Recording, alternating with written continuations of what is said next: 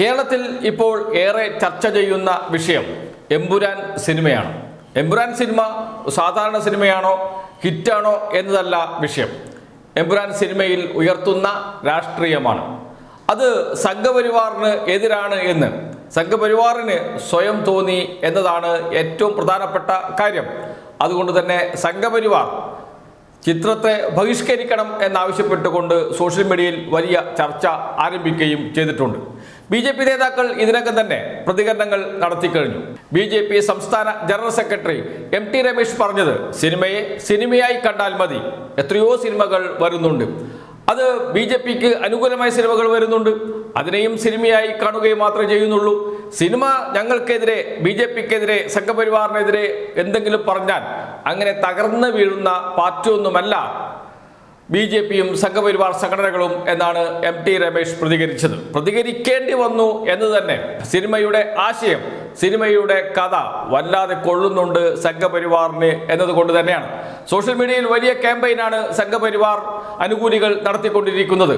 പലരും ticket book ചെയ്തത് പിൻവലിച്ച് അതിൻ്റെ സ്ക്രീൻഷോട്ട് അടക്കം വെച്ചാണ് സോഷ്യൽ മീഡിയയിലൂടെ വലിയ പ്രചാരണം നടത്തിക്കൊണ്ടിരിക്കുന്നത്. അത് ഒരു വശത്ത് നടക്കുകയാണ്. എന്ന് വെച്ചാൽ സംഘപരിവാർ സിനിമയെ ബഹിഷ്കരിക്കണം എന്ന് പറഞ്ഞിട്ടുണ്ട്. ഔദ്യോഗികമായി പറഞ്ഞിട്ടില്ല എങ്കിലും സോഷ്യൽ മീഡിയയിൽ നടക്കുന്ന വലിയ ക്യാമ്പയിൻ എമ്പുരാൻ സിനിമ സംഘപരിവാർ സംഘടനകൾ, സംഘപരിവാർ അനുകൂലികൾ കാണരുത് എന്നാണ്. പക്ഷേ സംഘപരിവാർ അനുകൂലികൾ കാണാതിരുന്നത് കൊണ്ട് സിനിമ പരാജയപ്പെടും എന്നൊന്നും കരുതേണ്ടതില്ല. സിനിമ വമ്പിച്ച വിജയം നേടുകയാണ്. നേരത്തെ തന്നെ പ്രീ ബുക്കിംഗിൽ 80 കോടി രൂപയാണ് എമ്പുരാൻ നേടിയത്. ഇപ്പോഴിതാ ആദ്യ ദിവസത്തെ കളക്ഷൻ റിപ്പോർട്ടുകൾ പുറത്തു വന്നിട്ടുണ്ട്.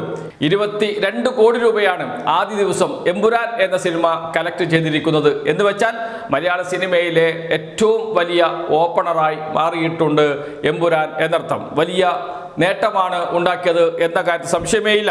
ട്രാക്കിംഗ് വെബ്സൈറ്റായ സാക്നിക്കാണ് ഈ കണക്കുകൾ പുറത്തുവിട്ടിരിക്കുന്നത്. ഈ കണക്ക് പ്രകാരം ആഭ്യന്തര ബോക്സ് ഓഫീസിൽ ഏകദേശം 22 കോടി രൂപയാണ് നേടിയിരിക്കുന്നത് എന്ന്. മലയാളം പതിപ്പ് 19.45 കോടി രൂപ. ഏറ്റവും കൂടുതൽ കളക്ഷൻ നേടിയത് കേരളത്തിൽ നിന്ന് തന്നെയാണ്. 19.45 കോടി രൂപ എന്ന് വെച്ചാൽ 19.45 ലക്ഷം രൂപ. തെലുങ്ക് പതിപ്പ് ആണ് തൊട്ടടുത്ത് നിൽക്കുന്നത്. 1.2 കോടി രൂപയാണ് തെലുങ്കിൽ നിന്ന് നേടിയിരിക്കുന്നത്. 1.2 കോടി രൂപ. തമിഴ്, കന്നഡ, ഹിന്ദി പതിപ്പുകൾ യഥാക്രമം 80 ലക്ഷം, 5 ലക്ഷം, 50 ലക്ഷം എന്നിങ്ങനെ കളക്ഷൻ നേടിയിട്ടുണ്ട് എന്നാണ് സാക്നിക് എന്ന ട്രാക്കിംഗ് വെബ്സൈറ്റ് നൽകുന്ന വിവരം. തമിഴ് സിനിമ 80 ലക്ഷം, കന്നഡ 5 ലക്ഷം, ഹിന്ദി 50 ലക്ഷം എന്നിങ്ങനെയാണ് കളക്ഷൻ നേടിയിരിക്കുന്നത്. ഇതെല്ലാം ചേർത്ത് 22 കോടി രൂപയുടെ കളക്ഷനാണ് ആദ്യ ദിനം നേടിയിരിക്കുന്നത്. ഈ ട്രെൻഡ് വെച്ച് നോക്കിയാൽ വരും ദിവസങ്ങളിലും വലിയ കളക്ഷൻ നേടാൻ സാധ്യതയുണ്ട് സിനിമ എന്ന കാര്യത്തിൽ സംശയമേ ഇല്ല. ഒരു റെക്കോർഡ് സൃഷ്ടിക്കാൻ സാധ്യതയുണ്ട് എന്ന് തന്നെയാണ് ട്രാക്കിംഗ് വെബ്സൈറ്റായ സാക്നിക് പറയുന്നത്. ഇനി വരാനുള്ളത് ഈദുൽ ഫിത്തറാണ്. ഈദുൽ ഫിത്തർ കൂടി വരുന്നതോടുകൂടി വമ്പിച്ച കളക്ഷൻ സിനിമയ്ക്കുണ്ടാകും എന്ന കാര്യം സംശയമില്ല. ആഗോളമായി തന്നെ വലിയ കളക്ഷൻ നേടുന്ന മലയാള സിനിമയായി എമ്പുരാൻ മാറും എന്ന് തന്നെയാണ് സിനിമയുടെ അണിയറ പ്രവർത്തകർ ഇപ്പോൾ പ്രതീക്ഷിക്കുന്നത്. എന്നാൽ വലിയ ഹെയ്റ്റ് ക്യാമ്പയിനും ഇതിന്റെ ഭാഗമായി ആരംഭിച്ചിട്ടുണ്ട് എന്ന കാര്യത്തിൽ സംശയമില്ല. സിനിമയെക്കുറിച്ച് സമ്മിശ്ര പ്രതികരണമാണുള്ളത്. സിനിമ നല്ലതാണ് എന്ന് ആരും പറയുന്നില്ല തുടങ്ങിയ കമന്റുകൾ ഉപയോഗപ്പെടുത്തിക്കൊണ്ട് സിനിമയ്ക്കെതിരെ വലിയ പ്രചാരണം ഒരു ഭാഗത്ത് നടക്കുന്നുണ്ട്. പഴയ സിനിമകൾ കണ്ടിറങ്ങുന്നവരിൽ നിന്ന് ശേഖരിച്ച അല്ലെങ്കിൽ അന്നെടുത്ത ബൈറ്റുകളുണ്ട് സിനിമയെക്കുറിച്ച്. അത് എടുത്ത് എമ്പുരാന്റെ പ്രതികരണമാണ് എന്ന് പറഞ്ഞുകൊണ്ടുള്ള വലിയ ക്യാമ്പയിൻ ഒരു ഭാഗത്ത് നടക്കുന്നുണ്ട് സിനിമയ്ക്കെതിരെ. ഇതെല്ലാം ഓർഗനൈസ് ചെയ്യുന്നത് സംഘപരിവാർ അനുകൂലികളാണ് എന്നതാണ് ഏറ്റവും പ്രധാനപ്പെട്ട കാര്യം. എന്താണ് സംഘപരിവാറുകാരെ, സംഘപരിവാർ സംഘടനകളെ ഇത്രമാത്രം പൊള്ളിക്കുന്നത് മറ്റൊന്നുമല്ല, അവരുടെ യഥാർത്ഥ മുഖം സിനിമയിൽ തുറന്നു കാണിക്കുന്നു എന്ന്. ഗുജറാത്ത് കലാപത്തെ സംബന്ധിച്ചുള്ള ചില പരാമർശങ്ങൾ, അതോടൊപ്പം തന്നെ കേരളത്തിലെ BJP നേതാക്കളുടെ ചില പരാമർശങ്ങൾ ഒക്കെ ഈ സിനിമയിൽ ഉപയോഗിക്കുന്നുണ്ട്. BJPയെ മാത്രമല്ല സിനിമ കുറ്റപ്പെടുത്തുന്നത്, എല്ലാ രാഷ്ട്രീയ പാർട്ടികളെയും കളിയാക്കുകയും ട്രോളുകയും ചെയ്യുന്നുണ്ട് സിനിമ.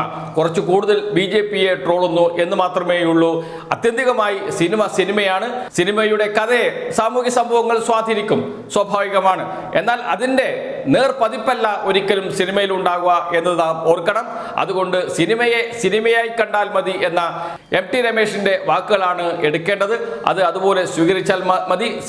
സിനിമയുടെ വഴിക്ക് വിടുക. അതോടൊപ്പം രാഷ്ട്രീയ വിമർശനമുണ്ടാകും സിനിമയിൽ, അത് എല്ലാ കലാസൃഷ്ടികളിലും ഉണ്ടാകും. അതിനെ ഒരു വിമർശനമായി ഉൾക്കൊള്ളാനും തയ്യാറാകുക എന്നത് മാത്രമാണ് ഇതിനുള്ള പോംവഴി. അതല്ല സിനിമയെ ബഹിഷ്കരിക്കുക എന്ന് പറയുന്നത്, ഏതെങ്കിലും ഒരു കലാസൃഷ്ടിയെ ബഹിഷ്കരിക്കുക എന്ന് പറയുന്നത് ജനാധിപത്യ രാജ്യത്ത് ജനാധിപത്യപരമായി പ്രവർത്തിക്കുന്ന ഒരു സംഘടനയ്ക്കും ഭൂഷണമല്ല എന്ന കാര്യം സംശയമേയില്ല. അതുകൊണ്ട് തന്നെയാണ് കേരളം ഒന്നടങ്കം എമ്പുരാന്റെ പിറകിൽ അണിനിരക്കുന്നത്. സംഘപരിവാർ രാഷ്ട്രീയത്തിന് എതിരെയുള്ള വലിയ ഒരു ചർച്ച കേരളത്തിലുണ്ട്, വലിയ വിഭാഗം കേരളത്തിലുണ്ട്.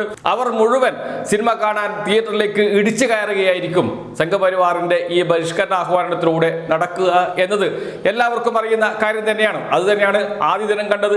വരും ദിവസങ്ങളിലും അത് തന്നെ ഉണ്ടാകും. ഈദുൽ ഫിത്തർ കൂടി വരുന്നതോടുകൂടി അത് വീണ്ടും ഇരട്ടിയായി മാറും എന്ന കാര്യത്തിൽ സംശയമില്ല. അതാണ് സംഭവിക്കാൻ പോകുന്നത്. ആദ്യം മുതൽ തന്നെ സിനിമയെ മാർക്കറ്റ് ചെയ്യുന്നതിൽ പൃഥ്വിരാജ് വമ്പിച്ച വിജയം നേടിയിരുന്നു. അതുകൊണ്ട് തന്നെയാണ് പ്രീ ബുക്കിങ്ങിലൂടെ 80 കോടി രൂപ സമാഹരിക്കാൻ കഴിഞ്ഞത്. അത് റെക്കോർഡാണ്. അത് ഇന്ത്യയിൽ തന്നെ റെക്കോർഡായി മാറിയിട്ടുണ്ട് എന്ന കാര്യത്തിൽ സംശയമില്ല.